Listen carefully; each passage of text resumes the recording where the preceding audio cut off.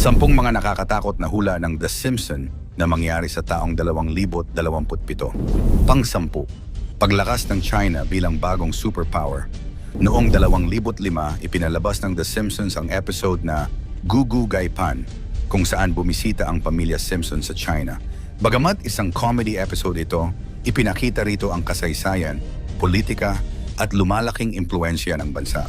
Pagkalipas ng halos 2 dekada, isa na ang China sa pinakamakapangyarihang ekonomiya at militar sa buong mundo. Lumalawak ang impluensya nito sa artificial intelligence, pandaigdigang kalakalan, at maging sa South China Sea. Pang-siyam, pagmamadali ng tao sa pagpunta sa Mars. Sa episode na The Marge Ian Chronicles, ipinakita ang posibilidad ng paglipat ng tao sa Mars. Noong panahong iyon, tila imposible pa ang ideyang ito. Ngunit ngayon, aktibo ng pinag-aaralan ng iba't ibang space agencies at pribadong kumpanya ang pagpapadala ng tao sa Red Planet. Pang-8, mas mahigpit na global surveillance. Matagal nang ipinapakita ng The Simpsons ang paggamit ng makabagong teknolohiya upang subaybayan ang mga mamamayan. Sa kasalukuyan, mabilis nang lumalawak ang paggamit ng AI cameras, facial recognition, digital identification, at iba't ibang surveillance systems. Habang umuunlad ang teknolohiya, dumarami rin ang mga tanong tungkol sa privacy at kalayaan ng bawat tao. Pang-7, artificial intelligence na ang papalit sa mga ginagawa ng tao. Isa sa mga paulit-ulit na tema ng The Simpsons ang pag-usbong ng automation at artificial intelligence. Ngayon, ginagamit na ang AI sa edukasyon, negosyo, media, hospital, at maging sa paggawa ng mga pelikula. Marami ang naniniwalang sa mga susunod na taon, mas marami pang trabaho ang maaaring tuluyang mapalitan ng AI. Pang-6, pandaigdigang krisis sa ekonomiya. Sa maraming episode ng serye, ipinakita ang paghihirap ng mga ordinaryong pamilya, pagkawala ng trabaho, at pagtaas ng gastusin. Sa kasalukuyan, maraming bansa ang nahaharap sa mataas na inflation, mabigat na utang, at mabagal na paglago ng ekonomiya. Kapag nagsama-sama ang mga digmaan, kalamidad, at pandaigdigang alitan, maaaring mas lumala pa ang epekto nito sa kabuhayan ng milyon-milyong tao. Pang-5, panibagong pandaigdigang pandemya. Isa sa mga pinakasikat na episode ng The Simpsons ang Marge in Chains, kung saan mabilis na kumalat ang Osaka flu. Pagkatapos ng COVID-19, muling binalikan ng maraming manonood ang episode na ito.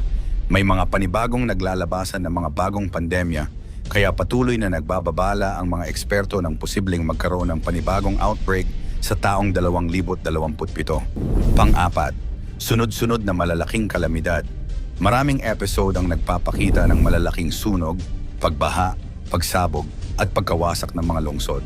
Sa totoong mundo, lalong tumitindi ang epekto ng climate change, malalakas na bagyo, matitinding heat wave, at iba pang kalamidad. Kung magpapatuloy ang ganitong situation, maaaring mas maging mapanganib ang mga susunod na taon. Pang-8, Iran at ang lumalalaking tensyon. May ilang references ang The Simpsons tungkol sa Iran at sa gitnang silangan. Sa kasalukuyan, patuloy na sinusubaybayan ng buong mundo ang mga issue tungkol sa nuclear program ng Iran, seguridad sa rehiyon, at relasyon nito sa iba pang bansa. Dahil dito, kumalat ang maraming viral post na nagsasabing hinulaan umano ng The Simpsons ang isang malaking digmaan na kinasasangkutan ng Iran. Pangalawa, Israel at ang sentro ng pandaigdigang alitan. Sa episode na The Greatest Story Ever Dohed, bumisita ang pamilya Simpson sa Jerusalem at sa iba pang banal na lugar.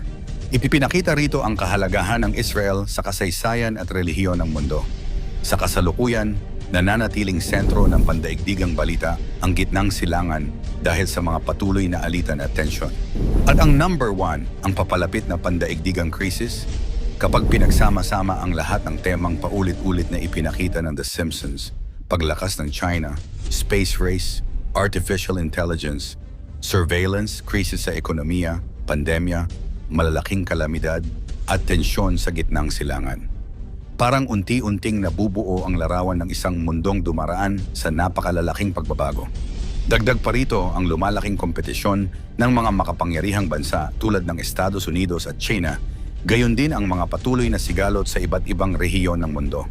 Nagkataon lamang ba ang mga pagkakatulad na ito? O isa ba itong paalala na ang direksyon ng mundo ngayon ay maaaring humantong sa isang mas malaking pandaigdigang krisis? Ang nakakakilabot na hula ni Nostradamus sa taong 2027. Mahigit 450 taon nang bumabalot sa misteryo ang mga propesiya ni Nostradamus. Ngunit matapos ang pandemya, lumalalang tensyon sa pagitan ng mga bansa at sunod-sunod na krisis sa buong mundo, marami ang muling bumabalik sa kanyang mga isinulat.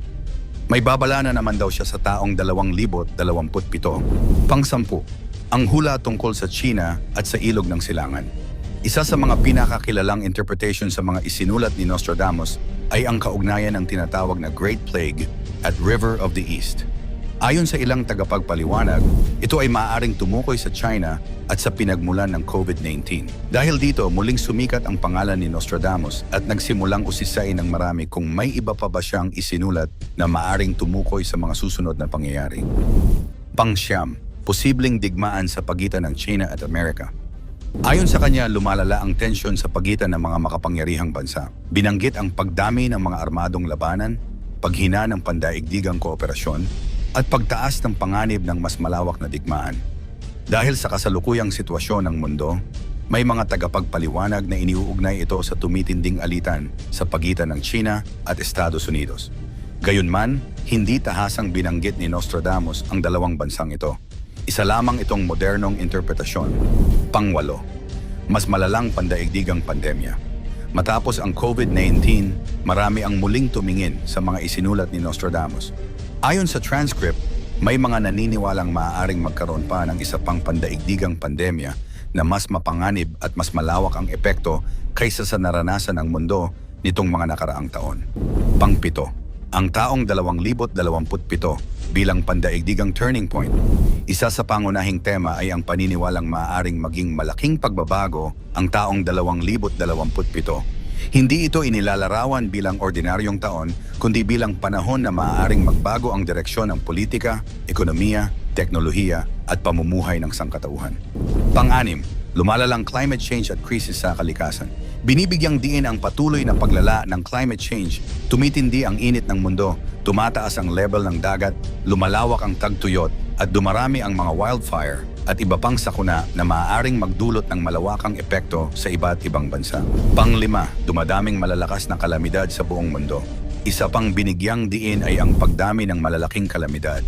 Mas madalas umanong mararanasan ang matitinding lindol, baha, bagyo at iba pang sakunang maaaring magdulot ng malaking pinsala sa maraming komunidad. Pang-4, pagbagsak ng pandaigdigang pagkakaisa. Ayon sa manghuhula, patuloy na humihina ang ugnayan ng mga bansa. Lumalalim ang hidwaan sa politika, tumitindi ang kompetisyon sa ekonomiya, at unti-unting nawawala ang pagtutulungan na dating nagpapanatili ng pandaigdigang kaayusan. Pang-8, krisis sa pananampalataya at pagkatao ng sangkatauhan. Hindi lamang mga digmaan at kalamidad ang binibigyang diin sa transcript. Ayon dito, dumarami rin ang mga taong nawawalan ng pag-asa, direksyon at pananampalataya habang patuloy na nahaharap ang mundo sa iba't ibang krisis. Pangalawa, pandaigdigang pagbagsak ng sibilisasyon.